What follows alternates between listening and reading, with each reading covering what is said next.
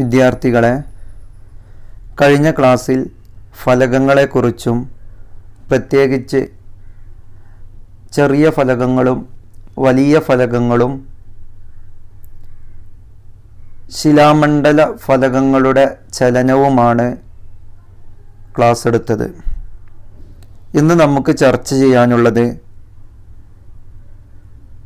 ശിലാമണ്ഡല ഫലകങ്ങളുടെ ചലനവുമായി ബന്ധപ്പെട്ട വിവിധ രീതികളെക്കുറിച്ചാണ്.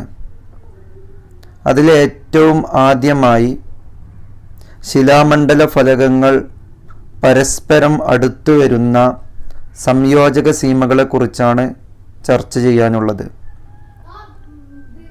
മടക്കുപർവ്വതങ്ങൾ എന്നുള്ളത് സംയോജക സീമകളുടെ ഉദാഹരണമായിട്ട് നമുക്ക് കാണാൻ കഴിയും. സംയോജക സീമകളിലാണ് മടക്കുപർവ്വതങ്ങൾ സൃഷ്ടിക്കപ്പെടുന്നത്.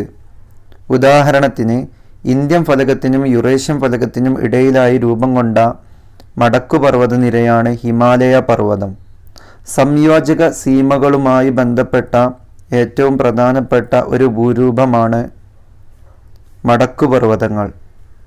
സംയോജക സീമകളിൽ ശിലാമണ്ഡല ഫലകങ്ങളുടെ സമ്മർദ്ദഫലമായി ശിലാപാളികൾക്ക് വലനം സംഭവിക്കാറുണ്ട്, അഥവാ ഫോൾഡിംഗ് സംഭവിക്കാറുണ്ട്.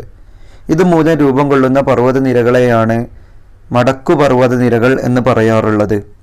ഉദാഹരണമായിട്ട് ഹിമാലയം, ആൽപ്സ്, ആൻഡീസ്, അറ്റ്ലസ് ഇവയൊക്കെ ഇങ്ങനെ സംയോജക സീമകളുടെ ഭാഗമായിട്ടുണ്ടാകുന്ന മടക്കുപർവ്വതങ്ങളാണ്.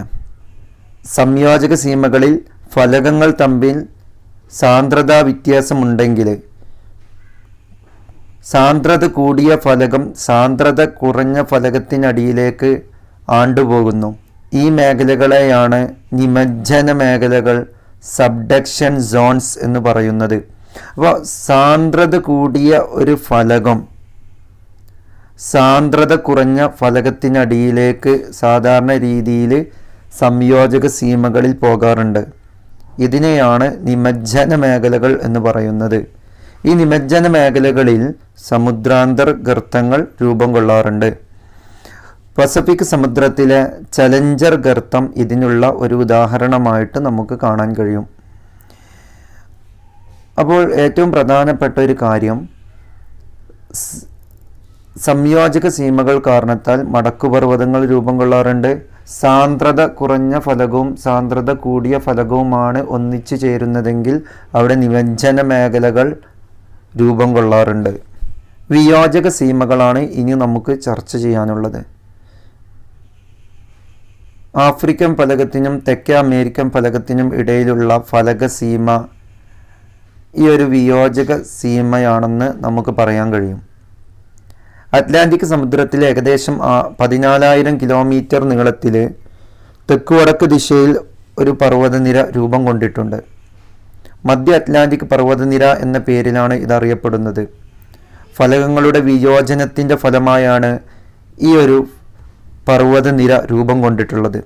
ഫലകങ്ങൾ പരസ്പരം അകലുന്നതിൻ്റെ ഫലമായി ഇവക്കിടയിലൂടെ ഭൂമിക്കടിയിൽ നിന്നുള്ള ഏറ്റവും ചൂടായ ഉരുകിയ മാഗ്മ പുറത്തേക്ക് വരികയും ഇത് തണുത്തുറഞ്ഞാണ് ഇത്തരത്തിലുള്ള പർവ്വതങ്ങൾ രൂപം കൊള്ളുന്നത്.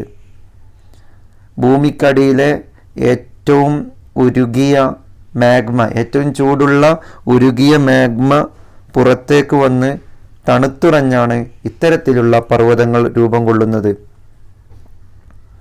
ഈ പർവ്വതനിരകളെ സമുദ്രാന്തർ പർവ്വതനിരകൾ എന്നാണ് വിളിക്കുന്നത്. ചില സമയത്ത് ഈ വിയോജക സീമകൾ സമുദ്രതട വ്യാപനത്തിനും കാരണമായി മാറാറുണ്ട്.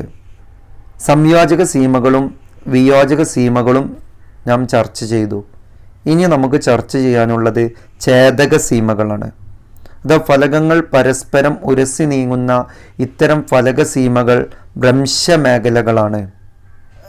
ഇത്തരം ഫലകസീമകളിൽ പൊതുവെ ഭൂരൂപങ്ങൾ സൃഷ്ടിക്കപ്പെടാറില്ല. പക്ഷേ പലതരത്തിലുള്ള ഭ്രംശമേഖലകൾ സൃഷ്ടിക്കപ്പെടുന്നു. വടക്കേ അമേരിക്കയിലെ സാൻ ആൻഡ്രിയാസ് ഭ്രംശമേഖല ഇതിനുള്ള ഒരു ഉദാഹരണമാണ്. മറ്റിടങ്ങളെ അപേക്ഷിച്ച് ഫലകാതിരുകൾ പൊതുവെ ദുർബലമായതിനാൽ ഇത്തരം ഫലകാതിരുകൾ പൊതുവെ ഭൂകമ്പങ്ങൾ, അഗ്നിപർവ്വതങ്ങൾ, ഭൂഭ്രംശം തുടങ്ങിയവ കൊണ്ട് പ്രക്ഷുബ്ധമായിരിക്കും. ഭൗമോപരിതലത്തിലെ വലിയ ഭൂരൂപങ്ങളായ മടക്കുപർവ്വതങ്ങളും പീഠഭൂമികളും അഗ്നിപർവ്വതങ്ങളും എല്ലാം ഫലകചലനങ്ങളാൽ സൃഷ്ടിക്കപ്പെടുന്നവയാണ്. ഭൗമോപരിതലത്തിലെ ഒട്ടുമിക്ക ഭൂരൂപങ്ങളും ഇത്തരം ഫലകചലനങ്ങളുടെ സംഭാവനയാണ്. ഭൗമചലനങ്ങളുടെ ഫലമായി ഭൂവൽക്കത്തിലെ ചില പ്രദേശങ്ങൾ ഉയർത്തപ്പെടുകയും ചിലത് താഴ്ത്തപ്പെടുകയും ചെയ്യുന്നു. ഭൂവൽക്ക ഭാഗങ്ങൾ ഉയർത്തപ്പെടുന്ന പ്രക്രിയയെ ഉത്ഥാനമെന്നും താഴ്ത്തപ്പെടുന്നതിനെ അവധലനമെന്നും വിളിക്കുന്നു, അഥവാ അപ്ലിഫ്റ്റ് സബ്സിഡൻസ്.